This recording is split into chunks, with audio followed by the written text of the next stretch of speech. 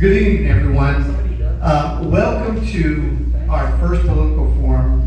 It's going to be with District 3. And I want to introduce myself. My name is Javier De Leon. I'm the President and CEO of the Greater Chamber of Harlingen. And it's an extreme pleasure to be in front of you all today. You know, one of the things that we wanted to do is the Chamber wanted to have a forum. And the reason the Chamber wanted to have a forum is as everyone knows, the Chamber is neutral. We're unbiased and we're like Switzerland. So, you know, we let the people decide who the choice is. We just have four great individuals, and those four great individuals are going to tell a little bit about themselves, and they're going to ask questions are going to be asked, and it's the democratic process to listen to each and every single one of them, and then you make your choice. So one of the things, there's some rules that are going to be going on, but one of the things that we want to do is we didn't even want to get involved in the moderating, so we're very fortunate that we have a very, very close relationship with UTRGV, and so we've asked Ron Garza from UTRGV, one of the top administrators over there, to be the moderator. He's done that. It's not his first rodeo, and so we're really excited about Ron taking the lead this evening on this. You're in good hands. You know, this is the chamber where everything that we're doing and everything that we're having, there's no gotcha moments. You know, we want everybody to feel comfortable. We want everybody to feel that you're in your house. We want everybody to feel that everybody's welcome. Everybody has opinions. Doesn't mean they're right. Doesn't mean they're wrong. It's just in your heart. Whatever they're saying is how they're feeling. And so it's an honor, each and every single one of you. There's a lot of individuals that don't step up to the plate to even try to be in the elected office. So to be here this evening and want to try to make a difference in the community and in the Rio Grande Valley is just commendable.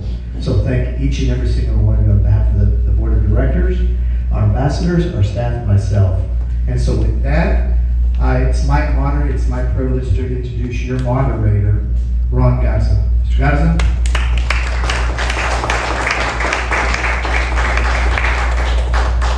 Good evening, everybody. Good to see everybody here. As Javier said, my name is Ron Garza. I work for the Division of Government Relations at UTRGV. So we work neutrally all across the valley. We work with a lot of elected officials, federal, state, and obviously local. So I'm not a resident of Harlingen, so I used to live here and I know this community very well. So thank you all. I think first and foremost, thank you all for volunteering to run for office, because public office is challenging and there's a lot of accountability, so thank you. Thank you to the Chamber for hosting this. Again, this is the first of 3. There's one tonight, District 3, and then there's one on Monday, and then we will conclude on Wednesday next week.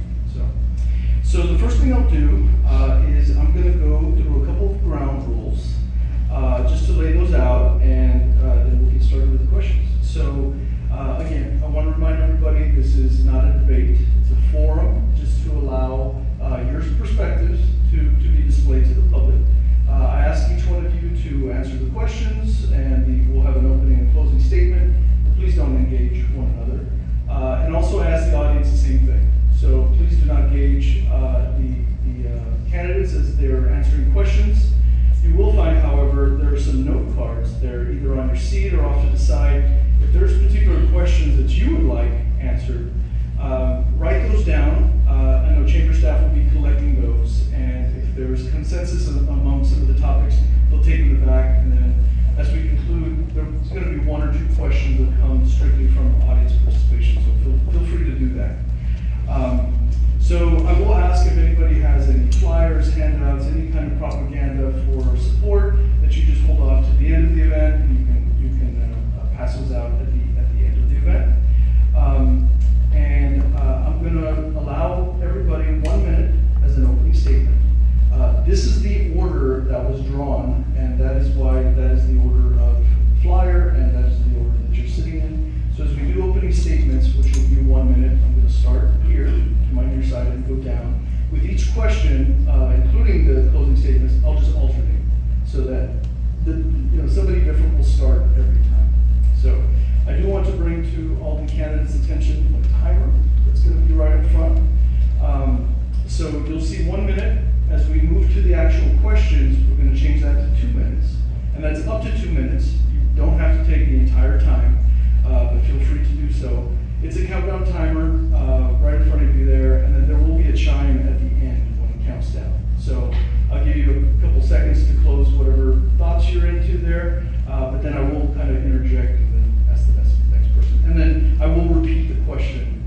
So when we draw questions, everybody will get the same question.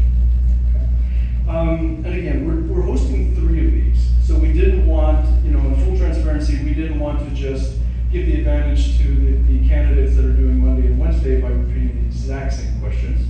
So what we've done, what you'll see in front of you there's a list of 8 topics, and I'm going to go through those topics. Topic 1 is city budget and taxes. Topic 2 is city operations. Number 3 is community development. Number 4 is economic development. Number 5 is infrastructure. Number 6 is public safety. Number 7, regional collaboration. And number 8 is vision. So in this little baggie here, and we're going to stick to 1 hour, so we anticipate probably getting through about 4 or 5 questions. So before each question, what I'm going to do is draw a chip that has a number on it. So I'm going to ask the corresponding question to that topic. So and that's why I put that in front of you so you can see what topics, so you're not having to remember 1 through 8. But I'll draw the number, list the topic, ask the question, and then I'll repeat the question if you'd like me to, and then we'll get the timer started. So, any questions? Okay. Commissioner, I'd like to start with you. You're closest to me. So 1 minute for opening statements, whatever perspective you'd like to bring. Yeah, my name is Mike Dussman, District 3 Commissioner, and I'm planning to be microphone. Commissioner, let me pause the time. One last, I do want to remind everybody that in the back of the room, there's a camera that's recording this forum. So we are recording this forum, we're going to archive it, and it will be posted tomorrow. So anybody that wasn't able to join us today will be able to see this tomorrow. And I'll ask the audience to be careful with the camera back there, so if you're coming in and out of the room, please use the sides. So, Maybe start over. Yes, sir. Yeah. Yeah, I'm Mike Mesmore, your City Commissioner in District 3, and I plan on being the City District Commissioner number 3 for another round, and that'll be my last round. I was sent here 43 years and 10 weeks ago by the military. I attended Penn State a year, graduate University of Pittsburgh, Bachelor of Science in Nursing, Master's degree from Vanderbilt, Master of Science in Nursing, family nurse practitioner. I was sent here to work at Sukunica to take care of the poor people and the illegals. And my wife and I fell in love with Harlingen. We stayed here. We had both have had job opportunities elsewhere, but this is a great place to live. I'm a constant. I've been married for 46 years, 34 years perfect attendance at Rotary, 14 years of being a chamber ambassador, and in my same house 41 and a half years. Mr. Ritter, just give us a second to restart the time. First, I want to say thank you, everybody, for being here. Thank you for the Chamber for putting this on, my family, my friends that made it out. It means a lot to me because that means you care about the community just like I do. About 3 years ago, my street flooded. And whenever that happened, I said to myself, something's got to change. And I made the decision right then that I was going to run for District 3 Commissioner because it's time for someone like myself to stand up and be a voice and serve my community, which I've done my whole life. Growing up in Boy Scouts, I became an Eagle Scout, earned an ROTC scholarship to Texas A&M, was in the Corps of Cadets, and graduated in political science. After that, I got commissioned in the United States Marine Corps and deployed several times to combat zones. And through that experience, I learned a lot about leadership, a lot about how to treat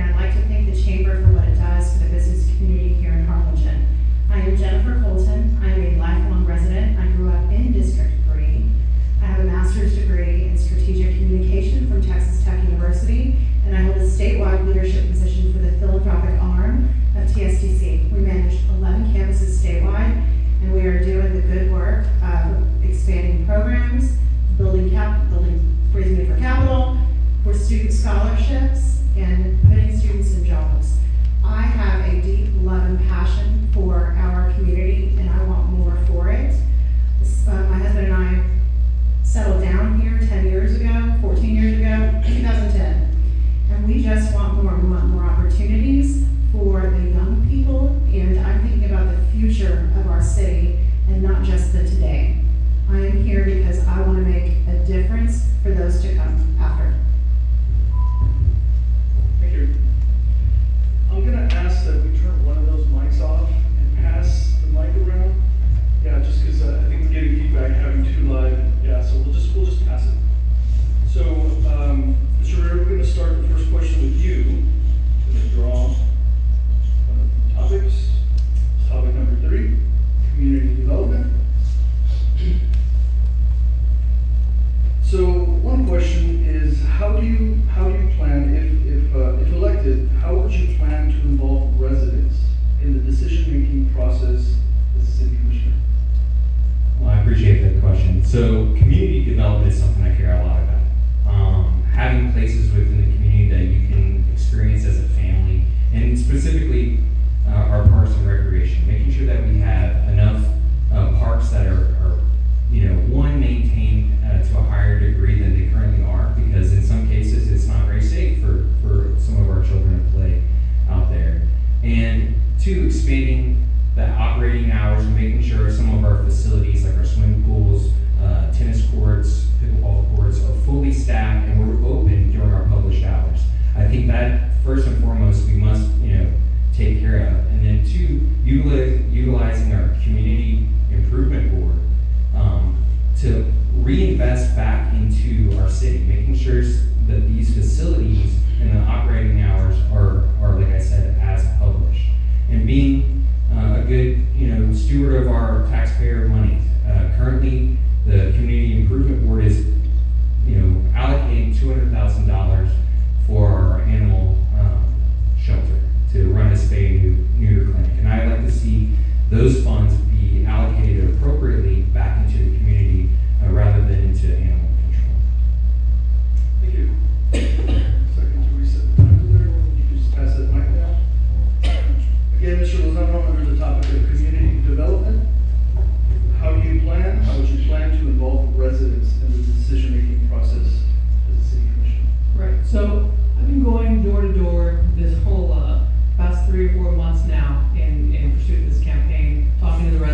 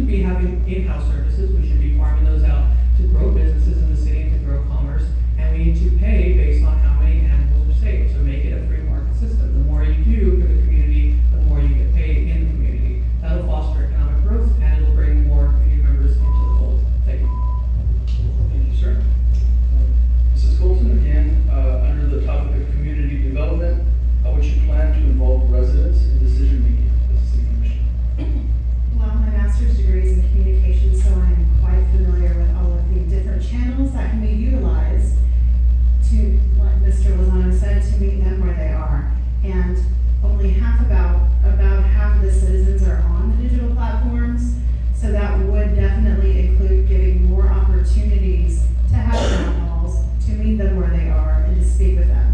I have already given my telephone number to, I don't know, 200 people, and my physical address, by the way. I'm ready to be an ear and advocate and encourage anyone to come speak at these forums, at the city town meetings, at any place that they can to express themselves and their concerns.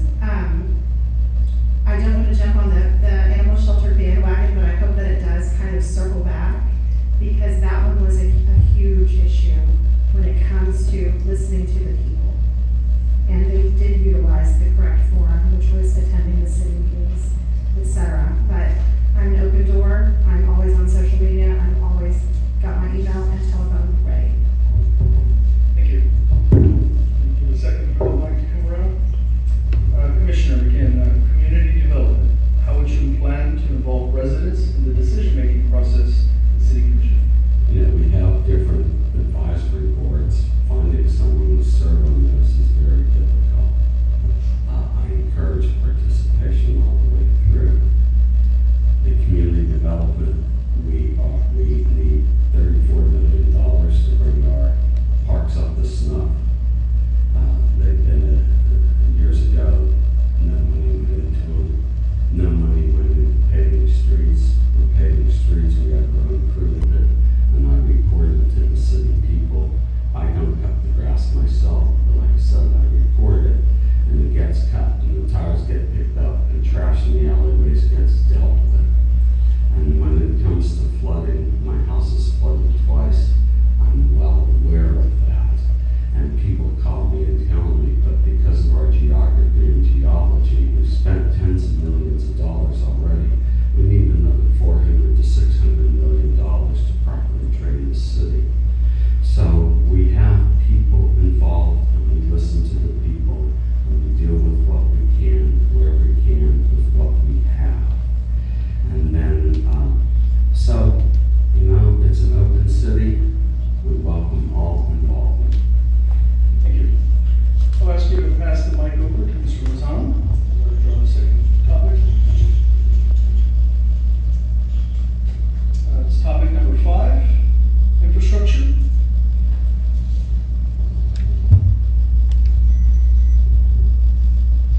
So under infrastructure, obviously this is a broad subject, so I'll give you a primer, but then you can take the topic of infrastructure where you would like. How would you like the future of Harlingen's transportation infrastructure to look like? What would you do to advance this? So infrastructure is the most important task of local government. It's the one thing that perhaps we should be spending some money on, specifically transportation. Well, I was going to talk about drainage, and that's a big issue, but because of the prompt of the question, let me quickly address the transportation nodes. So we have the best airport in the valley with the longest runway south of San Antonio. We have the most active railway system, which is kind of the grievance of some residents, especially when it goes by 5. We have pretty good roads with better pothole maintenance than a lot of the other surrounding cities. And we have a seaport that brings in plenty of diesel and other commodities through the intercoastal waterway. What we need to do, and what helps small businesses maximize what's the best return on investment for everybody in the community, is to invest in those resources and make sure that the modes of transport are intermodal, which means you can be able to transfer from one thing to the next pretty easily. Another big driver of the economy locally, and this isn't quite in Harlingen, but it is in the Greater Chamber County area, is of course SpaceX and the fledgling space exploration that we have here in the valley, which is a great resource for young people. Is how we're going to keep young people and prevent the brain drain that's been occurring in the valley, where everyone that is my age and younger goes up to some of the bigger cities in Texas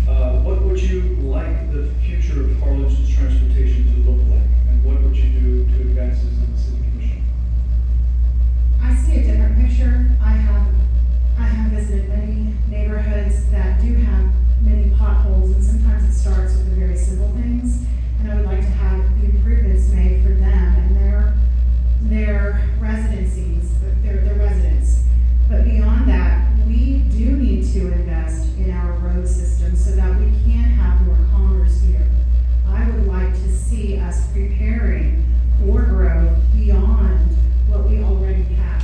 And that means making sure that our roads can handle that and transport the goods to and from the port, and working with our neighboring counties like we're doing currently, but seeing more and more of that so that we can prepare for interstate commerce.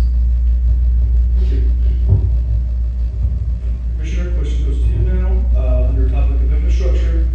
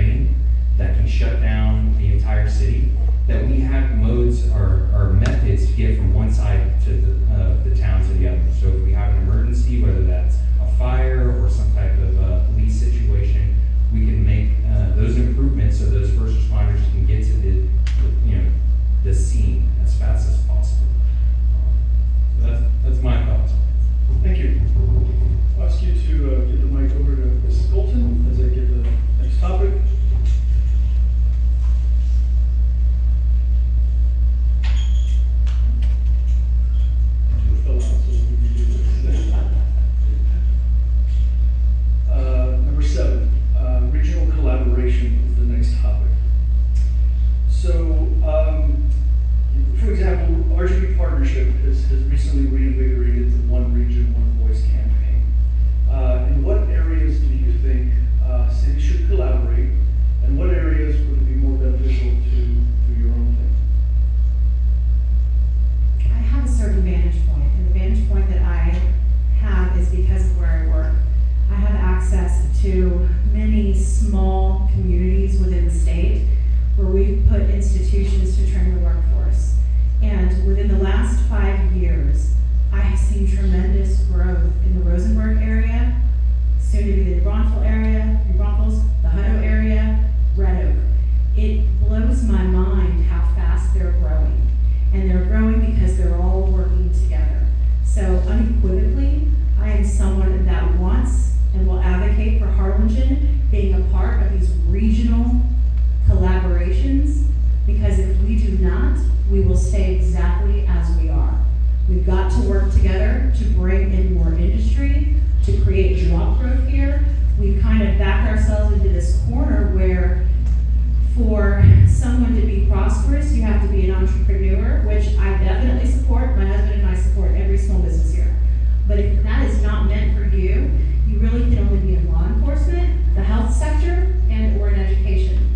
And so we have a huge opportunity with all of the land and all of the surrounding communities and municipalities to change the outlook for Harlingen and bring in more. And that is really like my passion project. I've seen it work in other places, and I would like to bring that here. Everyone else's success, and I root for people's success in life. Thank you. Mr. Ritter, same topic, same question. Under regional collaboration, what areas do you think cities should collaborate?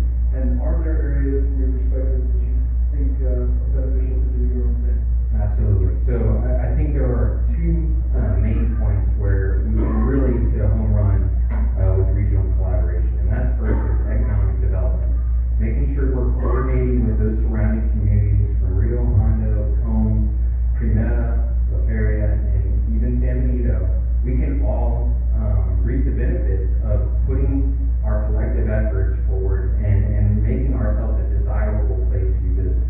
Obviously, we want to put Harlingen first, but being good partners and friends with our neighbors always helps us out.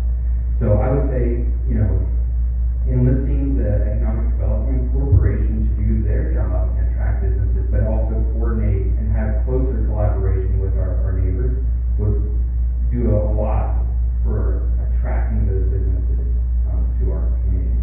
Second is emergency preparedness, something that I know a lot about, working with first responders as a helicopter pilot, flying light flight air ambulance, for the Rio Grande Valley. We can do a lot more there. We need to have a sponsor so that we can have air medical services for the entire Rio Grande Valley. And that's something that's going to take collaboration and coordination with the other municipalities and the county government. We recently lost our air ambulance, helicopter air ambulance capability south of Corpus Christi and San Antonio. I know because that was me, being that pilot flying those missions. And it happened in February. We still don't have a solution to that. So anyone south of Corpus Christi, if it's you, yourself, or one of your family members, is going to have to take an ambulance to the closest hospital, which they may not get the highest level of care, and then if they do need a higher level of care at a different facility, they're going to have to wait. Thank you, Mr. Ritter. Mr. Lozano, kind of responded on this topic, regional collaboration. What areas do you think cities should collaborate and benefit from collaboration? And what areas would be beneficial to stand alone? Correct. So the most important area for collaboration between inner cities and counties and government staff is in the grant process. They're trying to attract money from the state. We've had a few good success stories regionally.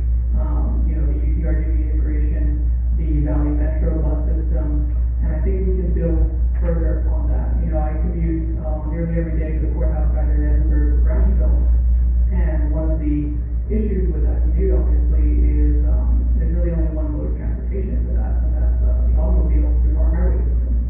We did have some issues with the splitting of the I-69 corridor, and there's, some political machinations behind that. But what I think that we can use that's underutilized is our rail network. So the valley is growing tremendously, and I think that we're on the cusp of being right for a intercity light rail network. Now, this is kind of grand visioning, but you're asking me about regional collaboration, so I kind of want to dream big on this one.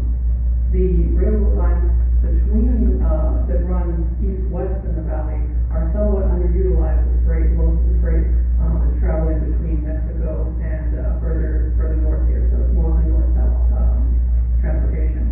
If we can get together with the other municipalities, the other county governments, and the other governmental entities in the valley, we might be able to do something like we did with the Valley Metro system, come together, put a light rail in place, and that is going to really spur growth development along that line and be a boon to public transportation, which is going to benefit all businesses here in the valley and especially here in Harlingen. We will naturally be the node of that. Thank you, Mr. O'Donnell. If I can ask you to get the mic back, we can start back over here. As just a time check, after 3 questions, we are at 6:06. So the next topic is going to be number 2, city operations. So there are currently 23 proposed amendments to the city charter. Are there any amendments you'd like to comment on, highlight, support, or publicly oppose? No, I think we're intelligent enough to read the amendments and understand them and vote whichever way we wish. Thank you. Mr. Ritter, same question under city operations. The 23 proposed amendments, do you have any comments to highlight or support or oppose any? I do. I somewhat agree with our current commissioner that people are intelligent and they can make up their own mind. But I highly encourage the citizens of Harlingen to go and read through every one of those 23 new amendments to our city charter. Our city charter is like the Constitution of Harlingen. It's, we made it. The early settlers that founded Harlingen put this in place for a reason. And it's been that way for a very long time. And so I think whenever a citizen is looking at those amendments, they need to really understand what the basis for that was and what and why. We have a city commission that has 5 city commissioners. They all vote. You can never be a tie because it's that's 3 out of 5, right? Maybe sometimes they're a consensus vote, and sometimes they're unanimous. But no way will our city become gridlocked. I think if our citizens look at Proposition C, allowing our mayor to have a vote, that could open us up to potential gridlock.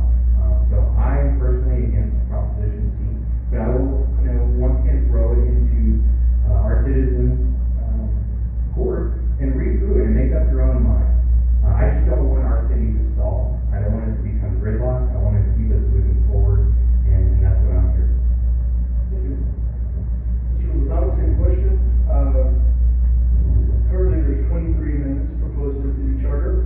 Anything you'd like to highlight, comment on, support, or oppose? Right, so I advocate everyone at a time vote no on everything, and there's a couple of reasons for that. The first reason is there's 23 amendments, and they're, they take up most of the ballot, both sides, and they were just proposed literally last month, passed by the city commission to be placed on the ballot.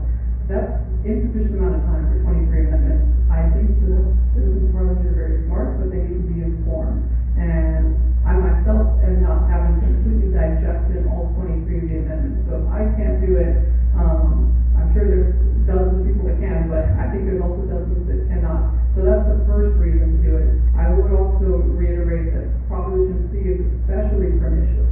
And the reason for that is it really comes down to separation of powers on this one. So first of all, as Mr. Ruder said, we need to have an odd number of votes, because when you have an even number, what happens when you get to the budget? What happens when you get to the taxes and you have a tie, a split tie? Does that mean that we have no budget for the year? Does that mean that we are not going to have any taxes, which would be great, but limited time. You know, I don't know what that would be. It would be a bit of a constitutional crisis, or in this case, charter crisis is what it would be referred to. So I highly encourage vote against Proposition C. You know, one of the, and then some of the other ones go along with it. I'm not as familiar, I haven't fully digested all of them, but some of them give, based on the passage of Proposition C, give the mayor then the ability to appoint a board member to certain boards that would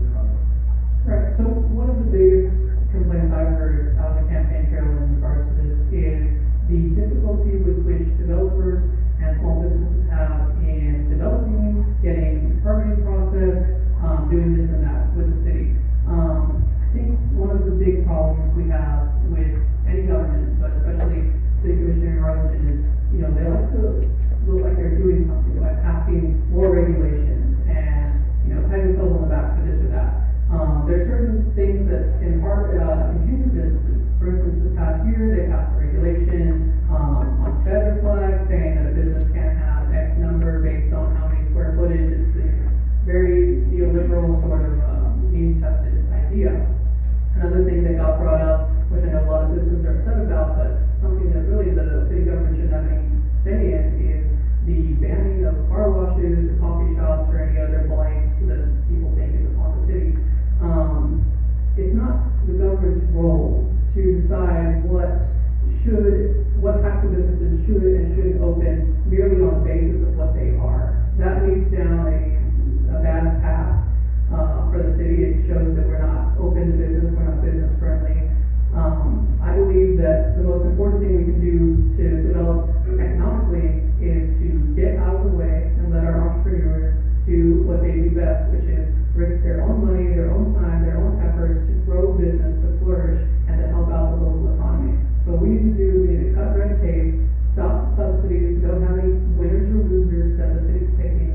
And if we do that and we open the floodgates to the free market, I believe that we can grow Harlingen in a way that is business friendly minded and a way that is better for all of our citizens. Thank you. Colton, economic development, what ideas and strategies would you implement to help with the economy? Speaking on small business, I'd like to applaud the current administration for putting in place all of the money set aside to help the struggling small businesses in our town through all of the different grants that they offer through the EDC, and it goes on and on. That is tremendous, and they should be commended for that. What I would like to see happen is to really study what these other communities that are growing exponentially are doing. Who are they partnering with? What does their organizational structures look like? Waco is a perfect example. I travel there often. We have our flagship there, and I was asking someone at the Waco Chamber what they did before and after the game. And so the way that they are structured is completely different, and the way they approach partnerships is completely different. I would like to see us put together a task force made up of the EDC, the chamber, the municipalities surrounding business leaders, education institutions. We have that going on, but Harlingen needs to be in front. We need to work with our legislators. We just need to do more and be more aggressive with it. Commissioner, same question. Final response here on economic development.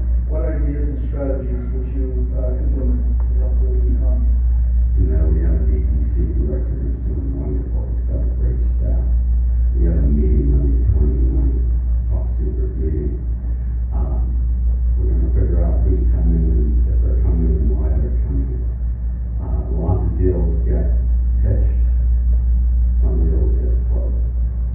So the EDC's out there, as mentioned, buying Harlingen, buying the internet. This is sales tax dollars, supports the city. That's our largest tax revenue, and that's what funds the EDC. So they are continually active. Something I did, somebody wanted to mess with the ambulance, the private ambulance company. My wife was in the top 5 of the VA command here, and I read a letter from the VA saying, don't mess with the ambulance company, we're bringing jobs down, and we won't if you mess with the ambulance company. The VA, west end of the town here, we have a payroll of $27 million with 27 people, and with all the money for the computers and the connections and everything else, that's how you grow a city. The other thing on economic development is that we are so friendly. Since I'm the financial analyst, when they mention my company, I'm online looking at their bond ratings, I'm looking at their finances, I'm looking to see if this is a fly-by-night or a real thing. And then I give my input, my professional input. So we are growing. We want to continue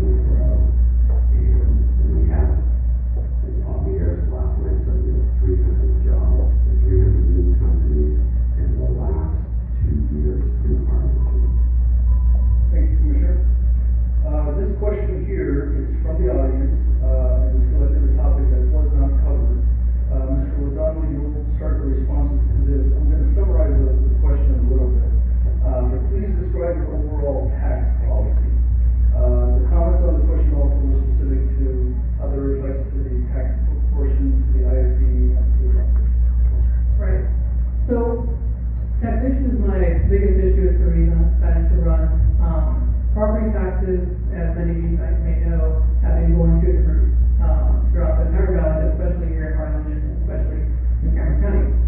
Now, I think it's good when a property increases in value. I don't think that's a bad thing, I like that. It increases your portfolio, but the city blames the appraisal district, saying that, well, they are the ones that are increasing your property value because your home's now worth, $500,000 or whatever. And we're just putting the lowest tax rate in the history of Harlingen, right, for the last 25 years, whatever it is. It's the lowest tax rate because it's the highest tax value, and the appraisal district's the one that sets the value. They do that in June, July, once all the protests are done. They send that information over to all the different taxing jurisdictions. The taxing jurisdictions then get the opportunity to set their tax rate. And under Texas law, they're required to publish that, and they're required to not go over what's called a voter approval rate. That's 3.5% above last year. Now, if they can go to the voter approval rate, they have to send it to voters. And my question has continuously been, why isn't the city government, if they claim they need more revenue to fund all these, supposedly ostensibly wonderful things, why aren't they going over 3.5%? And I believe the reason is because they know they would lose that vote. If they put it to the vote, people wouldn't want to increase taxes further. I would encourage the city to go, and I have encouraged in the past the city commission to go with what's called the no new revenue rate, which would keep revenue flat over last year. It would protect people's property from increasing their property taxes, which is the one area of your, mortgage that you can't control. The P&I is fixed and the insurance you can shop for, but you can't do anything about the taxes unless you go to the government. So that's how I would want to do that. Thank you, Mr. Lozano. Ms. Colton, again, please describe your tax policy, and if you're going to make any comments specific to the ISD portion of the taxes.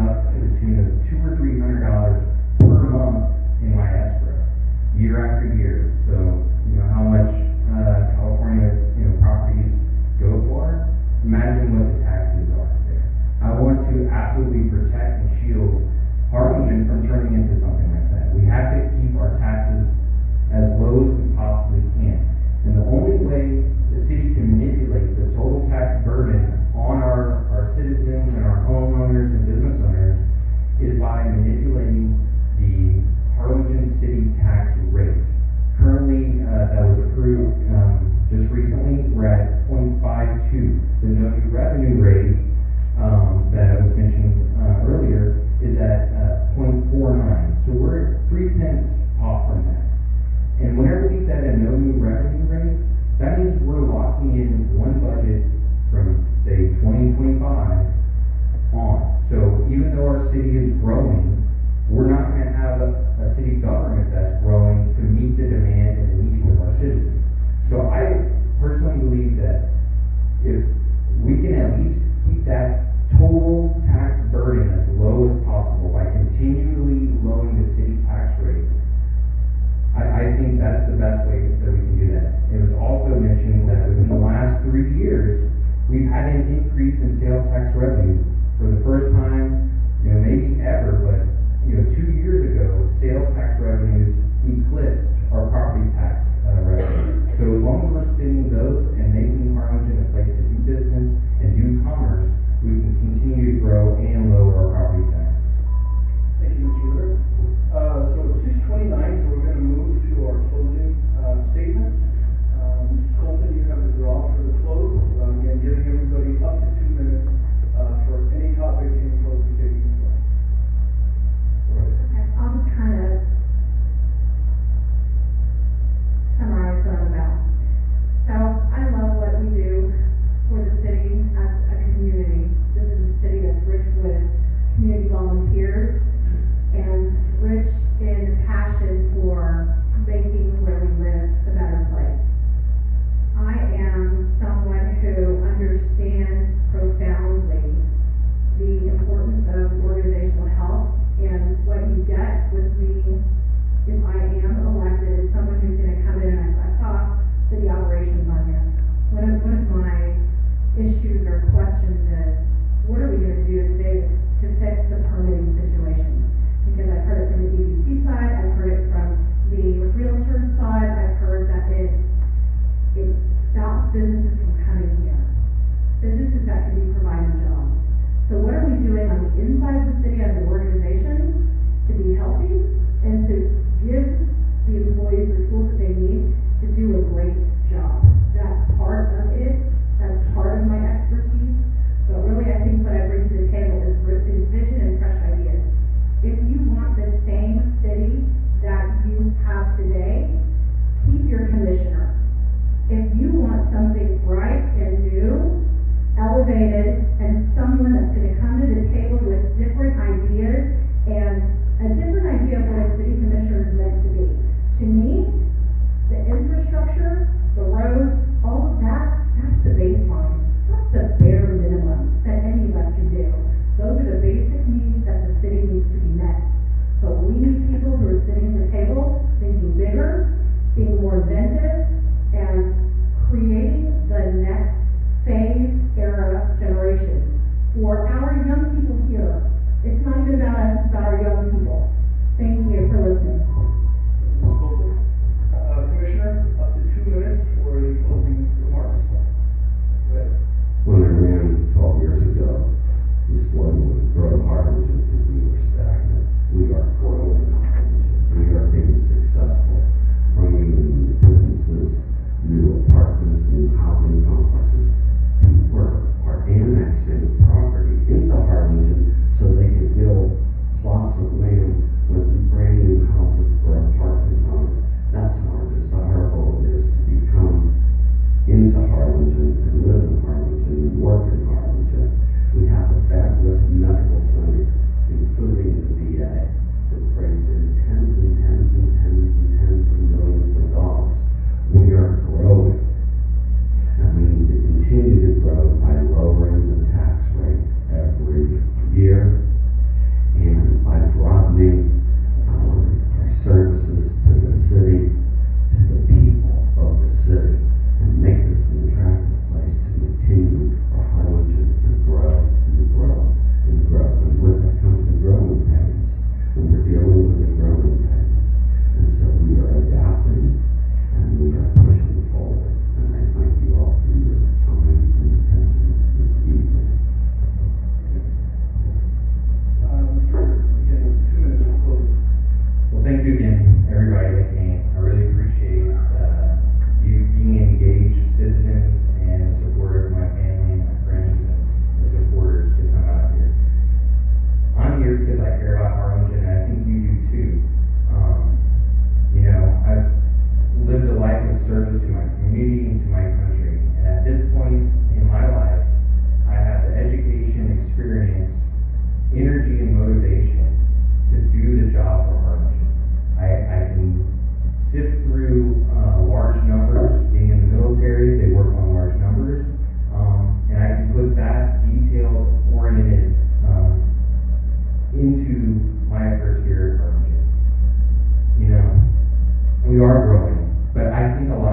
just disappointed at the pace of growth and some of the negative stigma that we have around Harlingen and doing business in Harlingen and getting construction projects off the ground and making sure they're completed in a timely manner.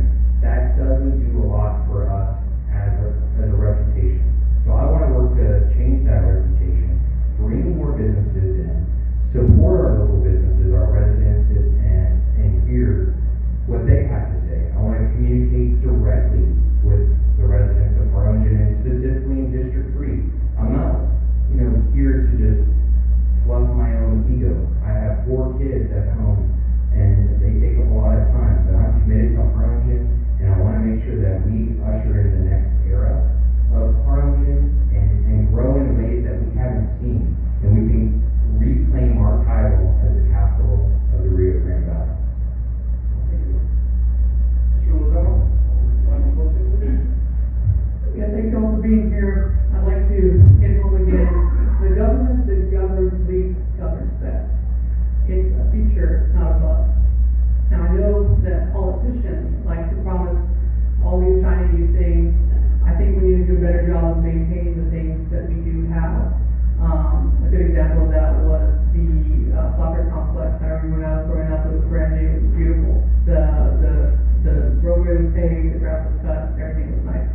It's deteriorated over the years because